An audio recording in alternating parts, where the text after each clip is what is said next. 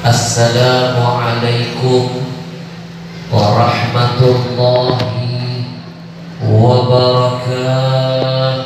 Waalaikumsalam warahmatullahi wabarakatuh. Alhamdulillahi wa kafa, wassalatu wassalamu ala sayyidinal Mustafa wa ala alihi wa ashabihi ahli sidqi wal wafa.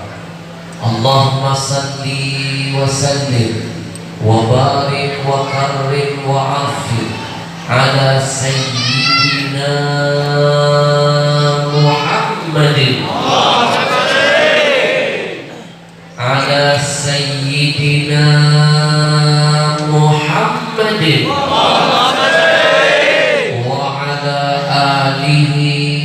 wa ashabihi ajma'in, amma ba'd.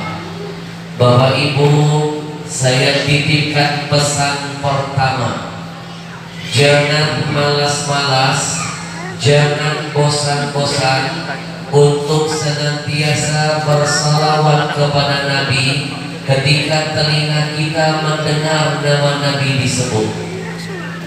Pasti ada yang bertanya-tanya, kenapa tadi saya mengajak Bapak Ibu mengulang salawat kepada Nabi sebanyak 2 kali?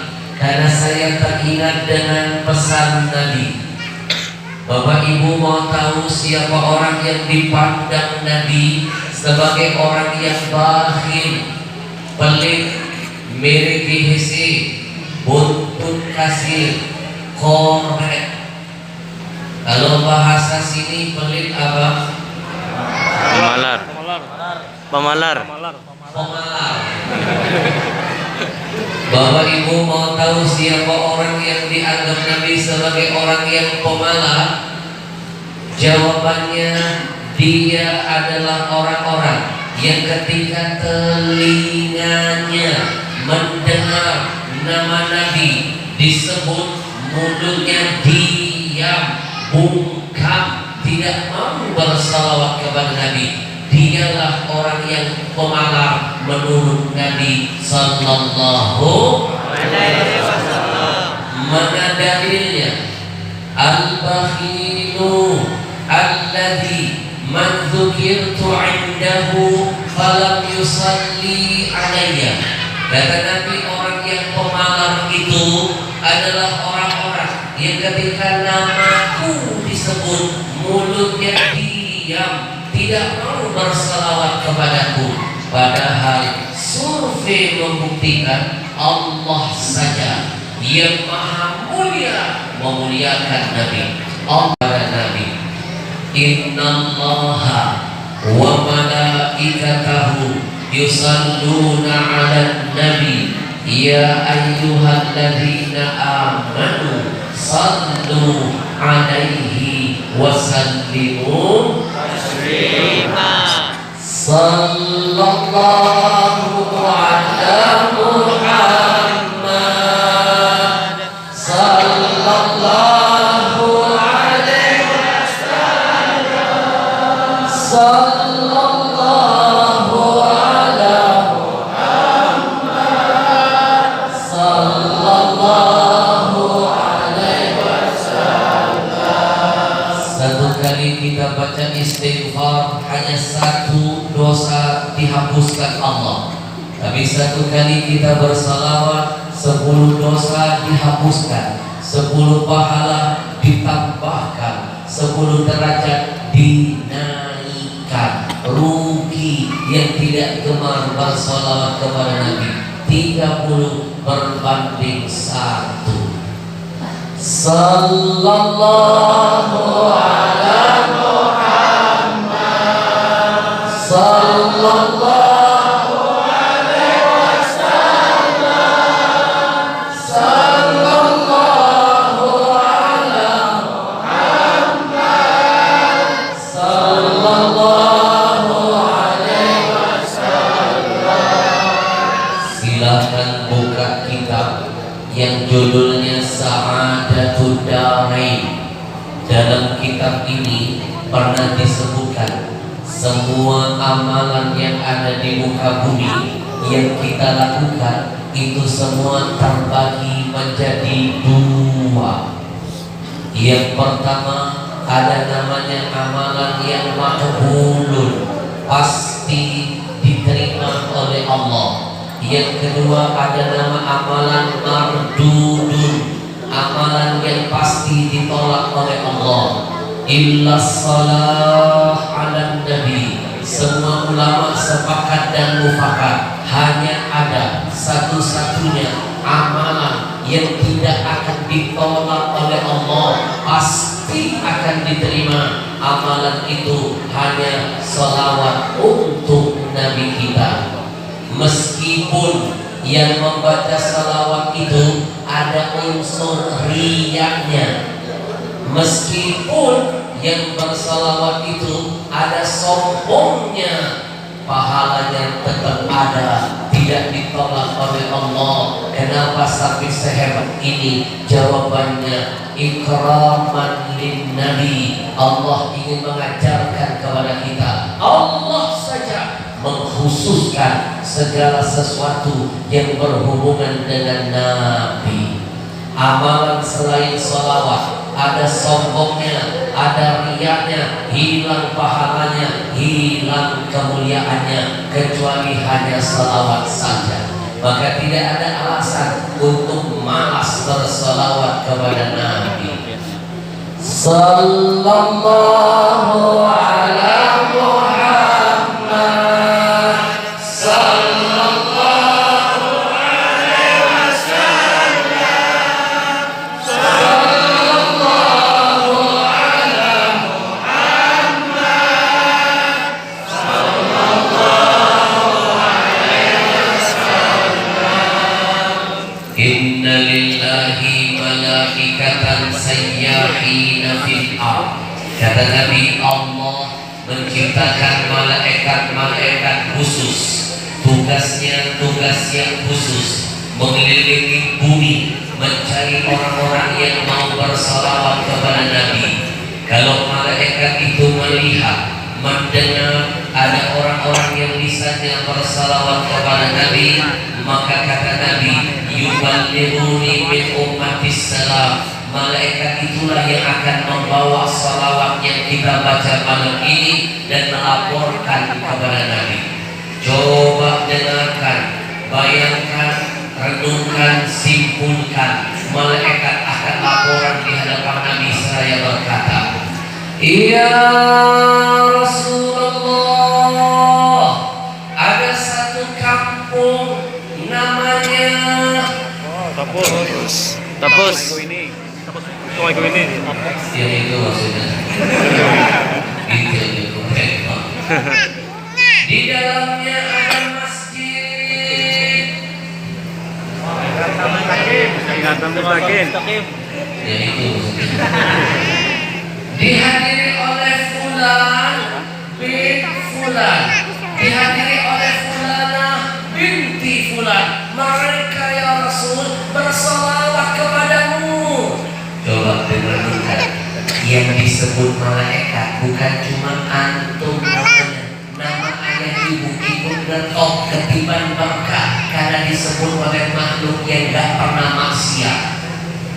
Malaikat itu makhluk layak Rasulullah, tidak pernah bermaksiat. Apa enggak berkah? Kita, nama ayah ibu kita disebut oleh ulama saja guru berkah. Apalagi yang menyebut malaikat pasti berkah. Bukan hanya sampai di situ, nama kita, nama ayah ibu kita akan didengar, akan dikenal oleh manusia yang paling mulia yang akan menjamin syafaat untuk kita semua. Nama kita, nama ayah kita didengar oleh bupati, dikenal oleh gubernur, dikenal oleh presiden saja bangga. Apalagi kalau yang mendengar, mengenal nama kita, ayah ibu kita adalah Rasulullah. Bujur, baru belajar. Maka kata guru saya, siapa yang sering bersalawat maka dia adalah anak yang sudah berbakti kepada ayah ibunya. Ayo kita getarkan masjid ini kembali dengan berselawat. Kita kenalkan nama ayah ibu kita. Kita angkat derajat orang tua kita di hadapan Allah dan di hadapan Rasulullah. Semuanya lebih baik kita tergila-gila karena sholawatan daripada tergila-gila karena goyang oplosan. Sallallahu ala Muhammad. Sallallahu Sallallahu ala Muhammad. Sallallahu alaihi wasallam. Yang kita cintai, kita muliakan segenap para alim ulama, para habaib, para masyayikh.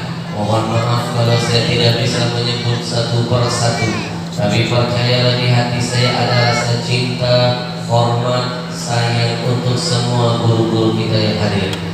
Angkat tangan, kita hantarkan doa yang terindah untuk semua guru-guru kita. Semoga Allah sehatkan badannya, Amin. panjangkan umurnya, kuatkan imannya, dijaga semangat istiqomahnya, dijauhkan dari berbagai macam fitnah dunia yang ada. Amin ya Rabbal. Pelajaran kedua malam ini saya titipkan, jangan malas-malas menjawab amin, amin, amin ketika telingamu mendengar doa kebaikan dari siapapun. Sebab ada wal mu'amin syarikani fil ajr. Orang yang berdoa dan orang yang ikut mengaminkan dapat pahala yang sama, dapat keberkahan yang sama. Alhamdulillah.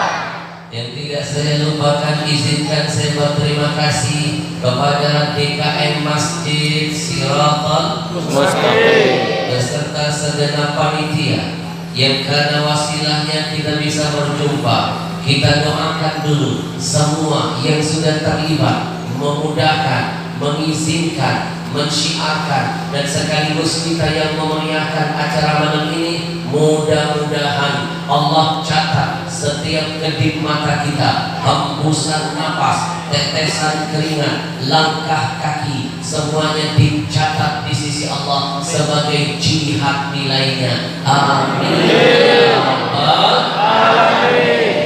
Izinkan saya berterima kasih kepada yang sudah membawa saya safari dakwah di Kalimantan Selatan ini. Mereka yang jadi sponsornya, mereka yang jadi wasilahnya, mereka yang beliin tiket saya dan rombongan, mereka yang bayar hotel saya dan rombongan, mereka yang siapkan mobil dan makan, mereka menghadirkan saya ke masjid ini. Panitia tidak dibebankan persyaratan, dikasih kemudahan. Saya seperti jadi kado kejutan bagi para jamaah. Maka sudah seharusnya saya dan semua para jamaah kita mengucapkan jazakumullah ahsanal jaza. Terima kasih kepada yang sudah menjadi wasilah ini. Siapa mereka? Siapa mereka? Mereka yang tadi videonya sudah kita saksikan bersama. Mereka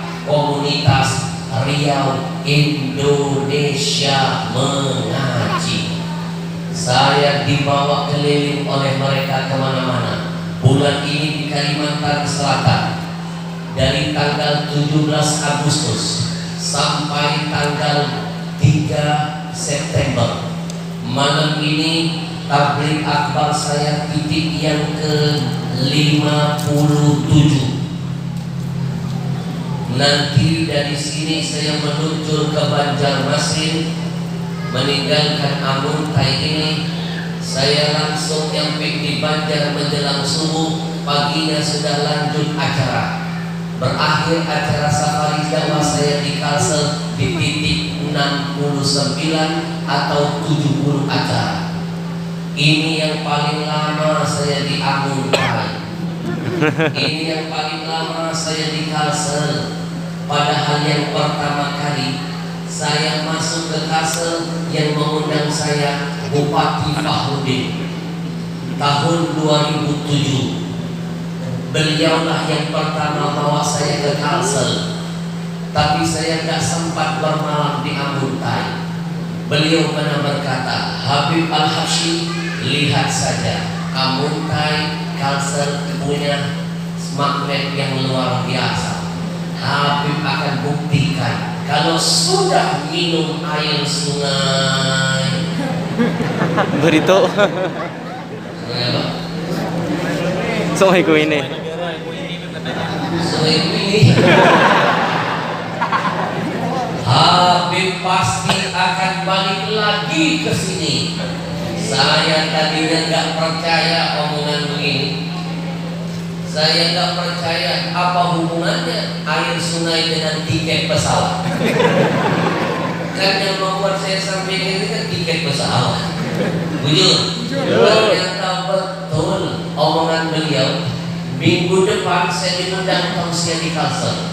Bulan berikutnya mondar mandir saya diundang ke Kalsel. Dan hari ini paling lama sejarah saya di Kalsel, hampir 1 bulan lamanya. Saya mikir saja, gak minum saja balik, apalagi minum dengan babi-babian. Amin. Hadir, saya dibawa oleh komunitas ini keliling Indonesia. Bulan ini di Kalimantan Selatan, bulan kemarin saya di Kaltim, bulan sebelumnya saya di Lombok, bulan sebelumnya saya di Batam, bulan sebelumnya saya di Sumatera Utara, Medan dan sekitarnya. Bulan sebelumnya saya di Pekanbaru, Riau dan lain sebagainya. Bulan ini saya dibawa ke Kalsel. Setelah Kalsel, bulan depan saya ada di Sumatera Selatan, Palembang. Bulan berikutnya Kalteng. Bulan berikutnya Kalbar. Bulan berikutnya sudah pergi ke Bangka Belitung. 1 tahun jadwal sudah penuh. Saya di Jakarta cuma 5 hari saja dalam setiap bulannya. Cuma mau mastiin apakah Monas masih ada. Atau jangan-jangan sudah pindah ke dalam sana. Bujur. Saya dibawa oleh komunitas Riau Indonesia mengaji, safari dakwah keliling kemana-mana. Kadang-kadang dibawa masuk kampung, keluar kampung, saya merasa jadi orang kampung. Kadang-kadang saya dibawa mereka masuk desa, keluar desa, saya merasa jadi orang desa. Kadang-kadang saya dibawa mereka masuk kota, keluar kota, saya merasa jadi orang kota. Kadang-kadang pernah saya dibawa mereka masuk hutan, keluar hutan, saya merasa. Jangan bilang orang hutan dulu. Ada acil bilang orang hutan. Ada berantem ya. Bapak Ibu jangan pandang sebelah mata anak-anak muda ini. Jangan pandang sebelah mata, jangan remehkan perjuangan mereka. Di mata saya, mereka ini mujahid di jalan Allah.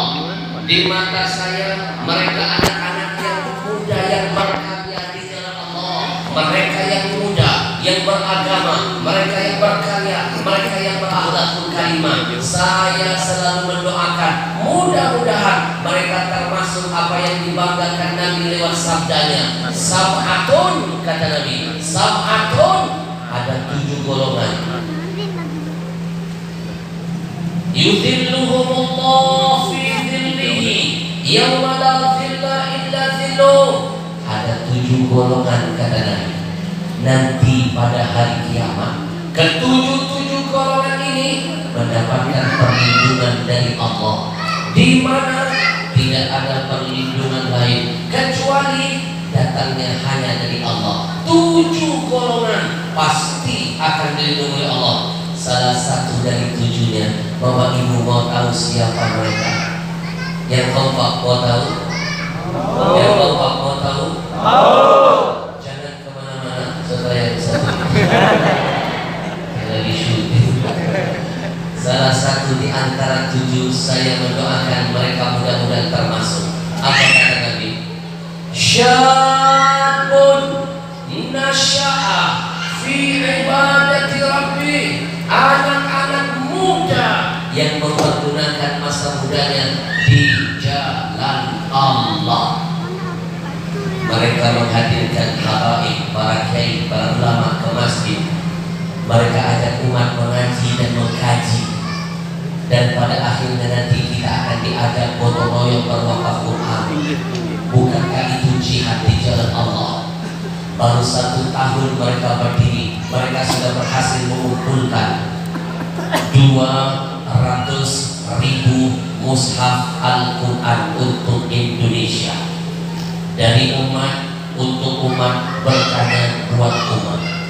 Hari ini dikumpulkan di Kalimantan Selatan, dibagikan di Kalimantan Selatan, berkahnya menjaga keberkahan Kalimantan Selatan. Amin. Bapak Ibu, 1 tahun 200.000 Quran. Bapak Ibu tahu Raja Salman? Bapak-bapak kenal Raja Salman? Bagus. Ibu-ibu jawab yang kompak, kenal Raja Salman? Yang kompak dong, kenal Raja Salman? Di mana kenal? Raja Salman orang nomor 1 di Saudi Arabia. Orang yang kaya, uangnya nggak ada serinya. Tahun ini cuma sanggup nyumbang Quran untuk Indonesia, tahu berapa? Cuma 30.000 saja. Raja lu cuma 30.000. Yang katanya kaya kekayaannya berlimpah, 30.000 doang. Yang kemarin datang ke Indonesia hebohnya selangit. Baru Raja Salman datang, orang kita sudah heboh. Belum Imam Mahdi yang datang. Ujur. Raja Salman cuma 30.000. Mereka ini anak-anak muda, bukan raja, bukan orang kaya, tapi mereka mengolah potensi kekuatan umat. Bersama kita pasti bisa. Al-barakah ma'al jamaah. Keberkahan akan Allah datangkan ketika kita mau bekerja sama dan sama-sama bekerja. Takbir.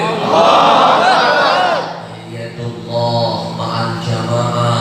Pertolongan Allah akan datang ketika kita mau bersama-sama dalam kebaikan. Aceh, oh Aceh. Mereka punya cita-cita sangat indah dan sungguh mulia. 1 jutaan Quran akan mereka kumpulkan dan akan ditebar di bumi Nusantara ini. 1 juta Quran besar kalau dibiarkan mereka berjuang sendiri, kecil kalau kita koyokin semuanya sama-sama se-Indonesia ini. Wujud. Tahu kenapa mereka berjuang ingin sampai 1 juta Quran? Mereka dapat bocoran dari Majelis Ulama Indonesia. Ternyata survei membuktikan Al-Quran ini dari zaman Belanda sampai zaman sekarang hanya pernah tercetak sebanyak 53 juta saja dari zaman Belanda.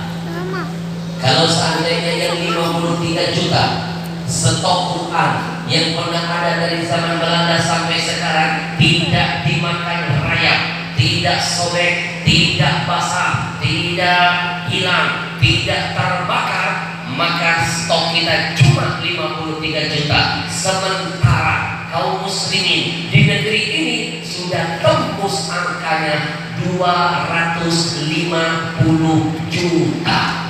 Kita belajar matematika nuzulan. 250 juta muslim dikurang dengan stok Quran yang hanya 53 juta dari zaman Belanda.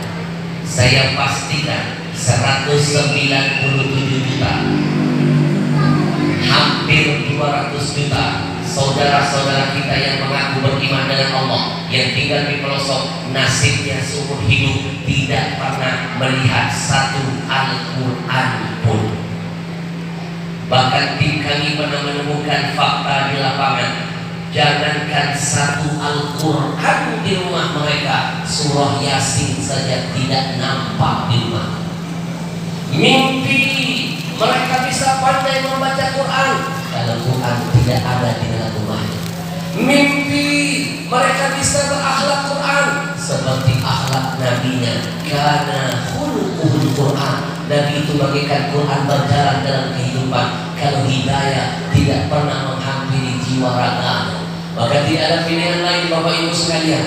Kita bantu perjuangan mereka bersama Al-Quran.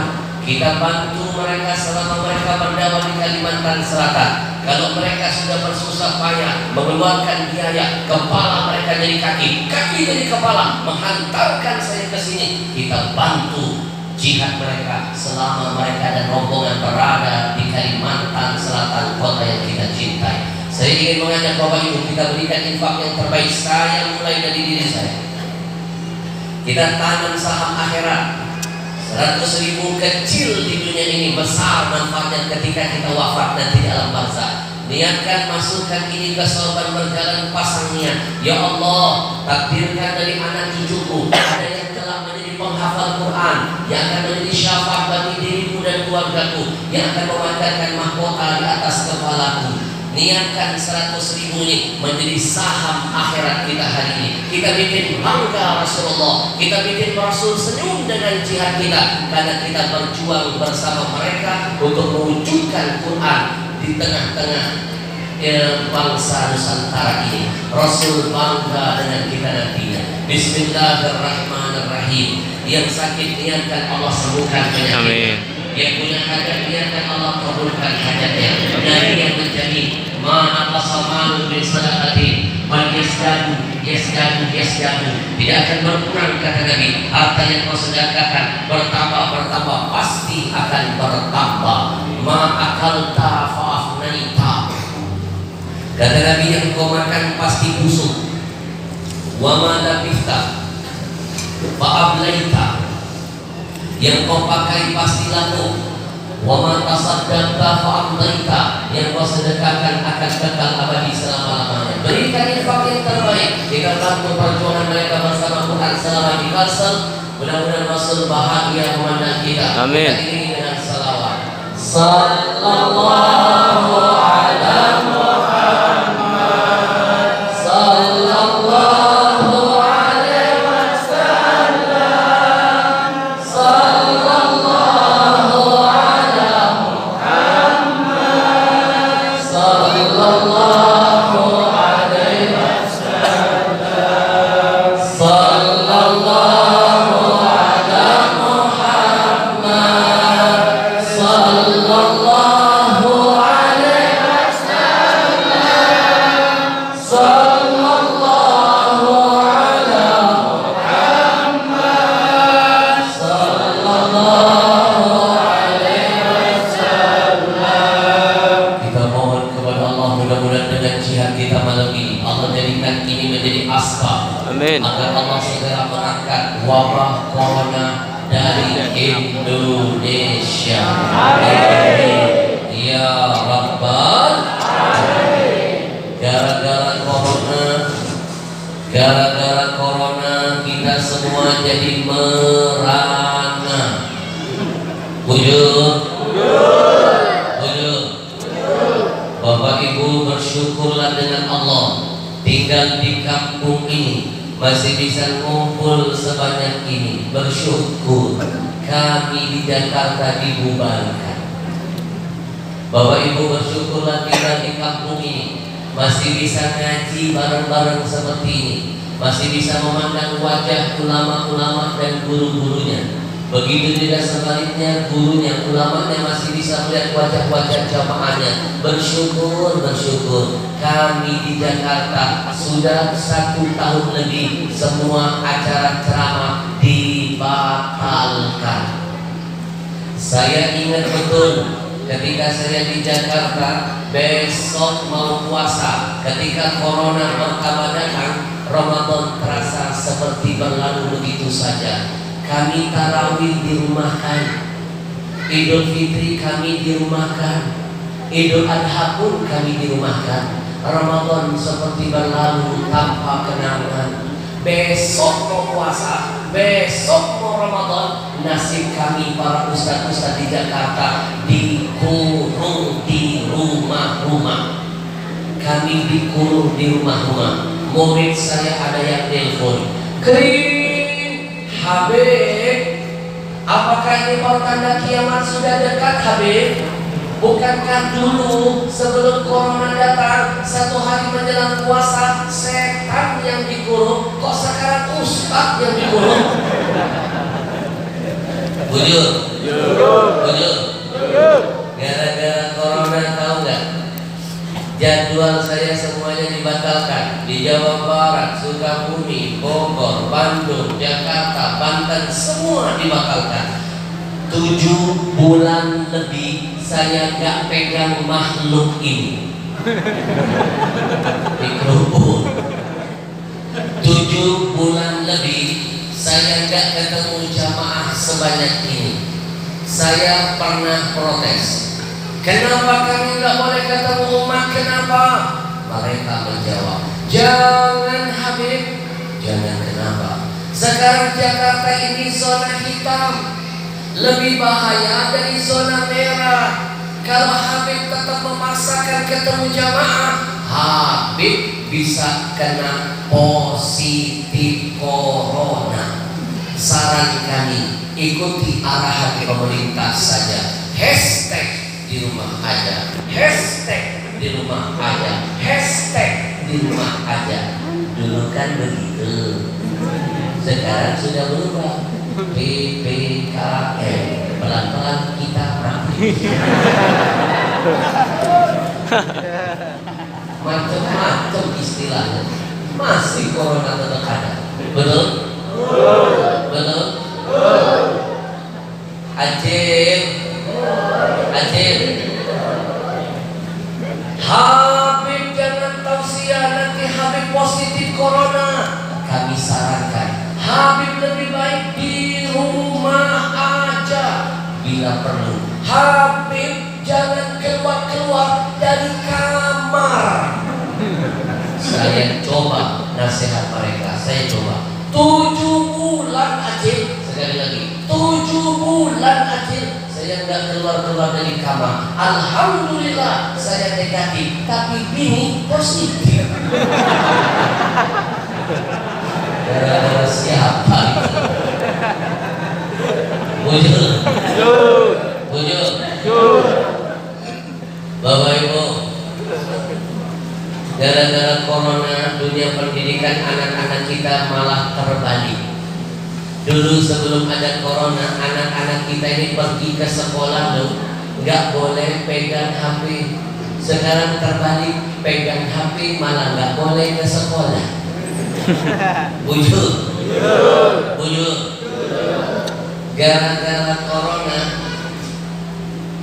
umroh ditunda, haji 2 tahun ditiadakan. Saya nggak yakin tahun depan masih bisa haji dan umroh. Sekarang Indonesia satu-satunya negara yang masih di blacklist, tidak diperkenankan jamaahnya pergi ke sana.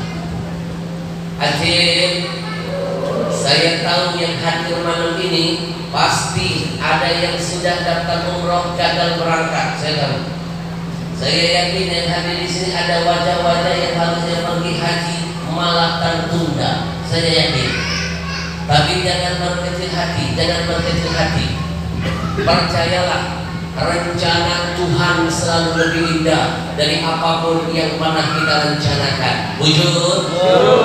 Sekarang saya mau tanya dulu, jawab yang kompak. Percaya nggak kalau rencana Allah pasti selalu lebih indah dari apa yang sering kita rencanakan? Percaya?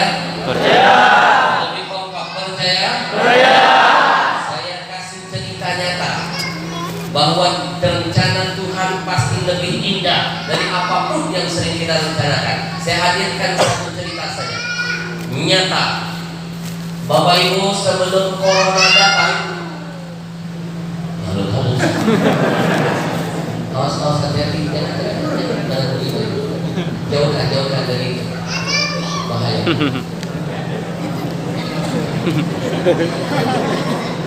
Karena dekat-dekat itu bahaya.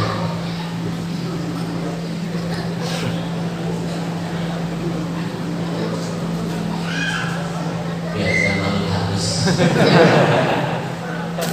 Bagaimana? Aceh,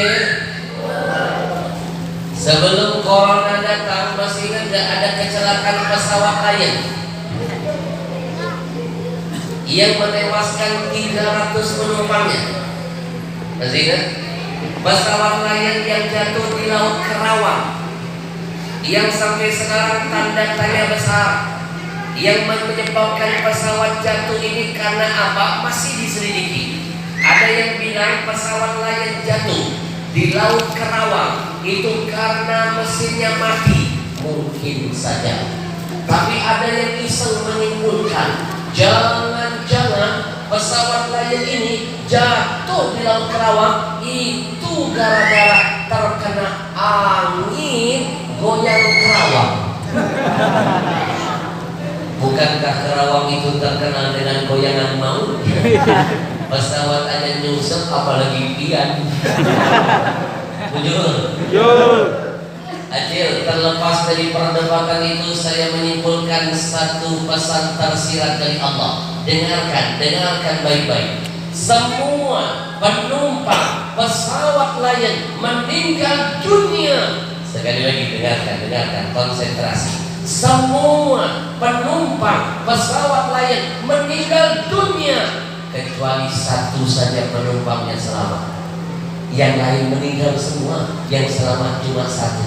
Kenapa yang satu itu selamat? Ketinggalan pesawat. Makanya selamat. Teman-teman satu kantornya jadi korban semuanya, cuma dia doang selamat. Dia tinggal di mana? Bandung. Allah bikin dia telat bangun hari itu. Lalu dia buru-buru ngambil baju, naik mobil, tancap gas. Allah bikin dia terjebak macet di Cikampek. Singkat cerita, nyampe di Soekarno-Hatta, Allah bikin dia telat 10 menit. Pesawat Lion take off jam 6:30. Dia tiba di Bandara Soekarno-Hatta 6:40. 10 menit telat, ditinggal pergi pesawat. Allah yang ngatur semuanya.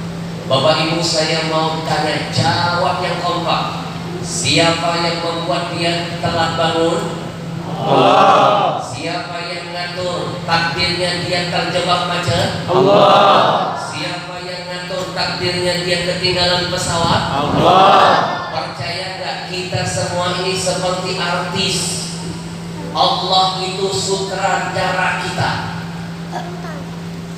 Cut action itu hak Allah. Hari ini, besok, lusa seperti episode dalam sebuah sinetron. Ada kalanya Allah bikin episode kita menangis dengan kisah-kisah yang menyedihkan, seperti episode di Indonesia Ku Menangis. Bujur. Ada kalanya hidup ini ada sedihnya dengan kisah-kisah yang menyedihkan, tetesan air mata yang menjadi keseharian. Bujur. Ngadepin episode hidup begini harus sabar. Bujur. Ada kalanya Allah bikin episode hidup kita dengan kegembiraan, kesenangan, cinta, bahagia, maka harus bersyukur. Seperti apa? Buka RCTI, Ikatan Cinta antara Al dan Andi. Tapi selalu ada pengacau namanya Elsa. Tapi jangan risau, Elsa sudah di penjara. Kok Habib terus semua? Saya tahu bukan berarti suka. Araftu syar laisa lisyar. Kita boleh mengetahui kejahatan bukan untuk jadi penjahat. Kita ketahui, kita pelajari biar kita punya teknik melawan kejahatan. Bapak polisi, hakim, jaksa, penyidik memang diajarkan semua kejahatan, bukan untuk membuat mereka jadi penjahat, biar mereka gampang mengungkap siapa pelaku kejahatan sebenarnya. Saya punya teman tinggal di Palembang, tidak pernah satu kali pun dompetnya kecopetan. Padahal dia tinggal di kawasan pencopet-pencopet. Dia tidak pernah satu kali pun kehilangan dompet. Saya sempat tanya, kenapa? Dia jawab, dia berteman dengan pencopet. Dia belajar teknik mencopet. Dari belajar dia tahu di mana tempat yang paling aman menyimpan dompet. Saya pernah tanya, di manakah tempat yang aman itu? Dia katakan, jahit dompetmu dengan celana.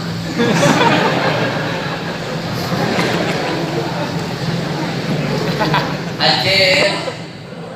Ada kalanya Allah bikin episode hidup kita dengan kisah-kisah membingungkan. Maka dituntutlah bermuhasabah. Ujur. Allah sutradara kita. Kita semuanya ibarat artis. Dunia ini panggung sandiwara. Ujur. Ajir.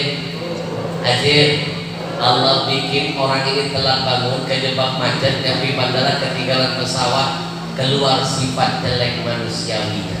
Maaf ya, yang namanya manusia ini kalau sudah kejepit begitu suka mencari kambing hitam. Mobilnya ditendang-tendang, dianggap gak bisa lari kencang. Kurang ajar, gara-gara kamu mobil saya terlambat.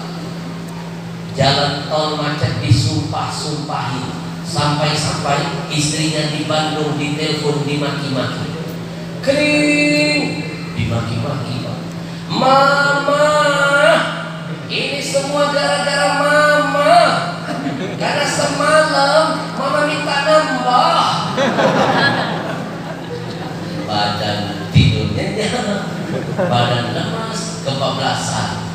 Mama lagi yang keroknya. Baru 5 menit nyalahin istri, nyalahin jalan, nyalahin mobil, nyalahin Allah. Seuzon dengan Allah baru 5 menit, Allah kasih tabir kehidupan.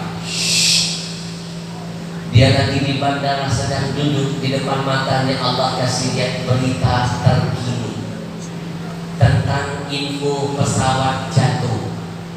Baru 5 menit ada siaran langsung, Pak. Siaran langsung. Ada tulisannya secara langsung, liper. Yang betul apa? Tadi saya ngomong apa? Yang ceramah siapa? Udah dengerin aja masalah. Yang menyiarkan adalah TV ternama di negeri ini. Ada tulisannya TV One. Isi beritanya, pesawat Lion yang harusnya dia tumpangi bersama teman satu kantornya hilang dari radar, diprediksi jatuh di Laut Kerawang dan dipastikan semua penumpang meninggal dunia. Mendengar berita ini gemetar kakinya, berkeringat tubuhnya, dia langsung menangis, sujud syukur. Dia bersyukur kepada Allah. Ini ternyata hikmahnya telah bangun. Ini ternyata hikmahnya kejebak macet. Ini ternyata hikmahnya ketinggalan pesawat. Dia telepon lagi istrinya. Kering, mama. Lain kali minta lain banyak. Percayalah, ada hikmah di balik semua ujian. Cerita ini menghantarkan kita kepada sebuah pesan dalam Quran. Simak ayatnya. A'udzu billahi minasyaitonir rajim.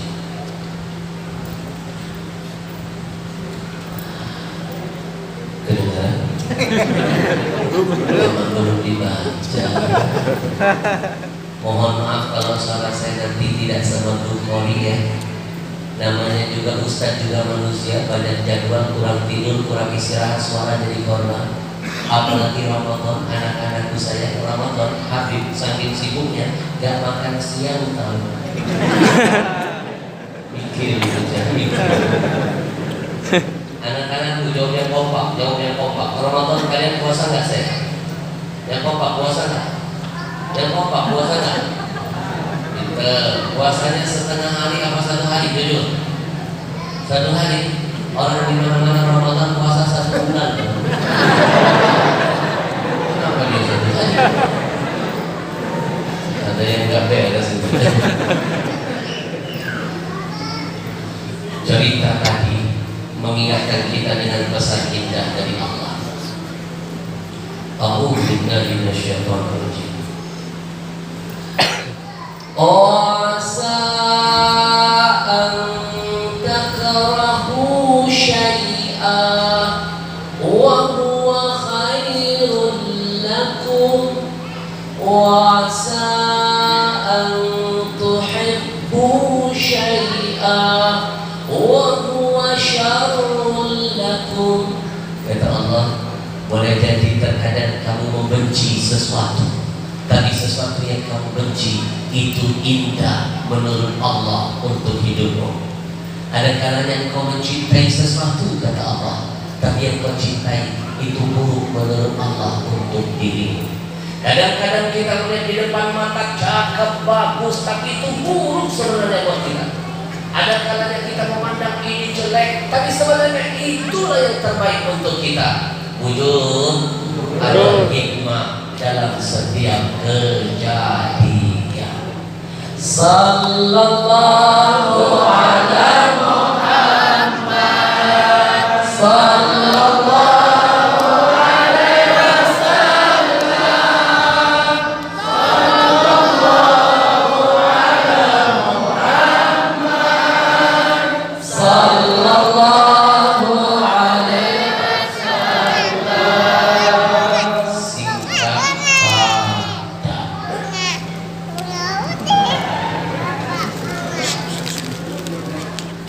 Kenapa setiap kali saya lihat jam acil-acil suka marah? Apakah di masjid ini penceramah nggak boleh lihat jam tangan? Ini kan jam ulur, bukan jam diam.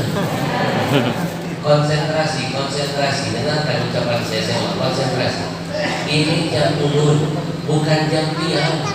Yang suka pakai jam diam itu dukun.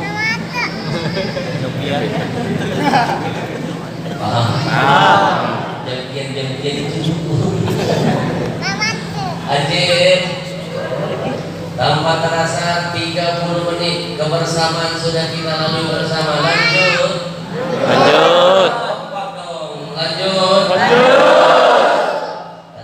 ini baru pembukaan. Baru pembukaan. Itu pun baru pembukaan 1. Masih ada pembukaan 9. 30 menit ngaji bareng saya tanpa terasa sudah kita lalui. Jawab yang kompak, setengah jam ngaji dengan saya, terasa tidak? Tidak. Lebih kompak, terasa tidak? Tidak. Saya yang merasakan. Boleh saya minum dulu? Boleh. Minum dulu ya. Bismillahirrahmanirrahim.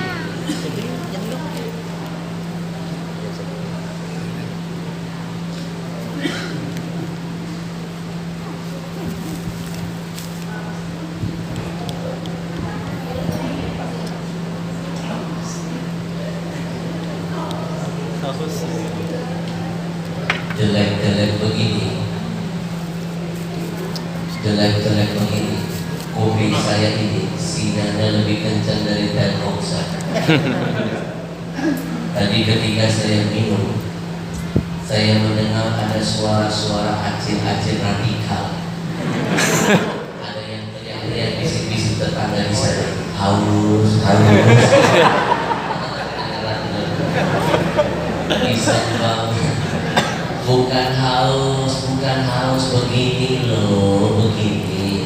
Kan yang ceramah ulun, yang capek pasti ulun, yang keringetan pasti ulun. Ini tabligh akbar ulun, acara yang ke-57. Untuk hari ini, tadi saya ada acara 4 pertemuan. Belum istirahat, ibarat mobil, saya mobil berjalan. Perlu dong isi bensin yang banyak. Minum lagi ya.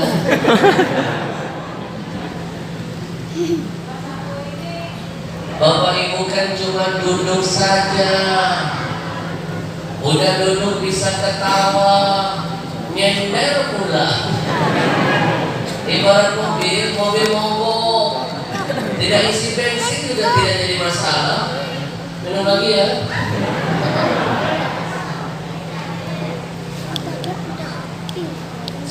Masya Allah. Emang beda betul loh kalau minumannya terasa sehat. Beda betul. Merek apa sih? Masuk Pak Eko.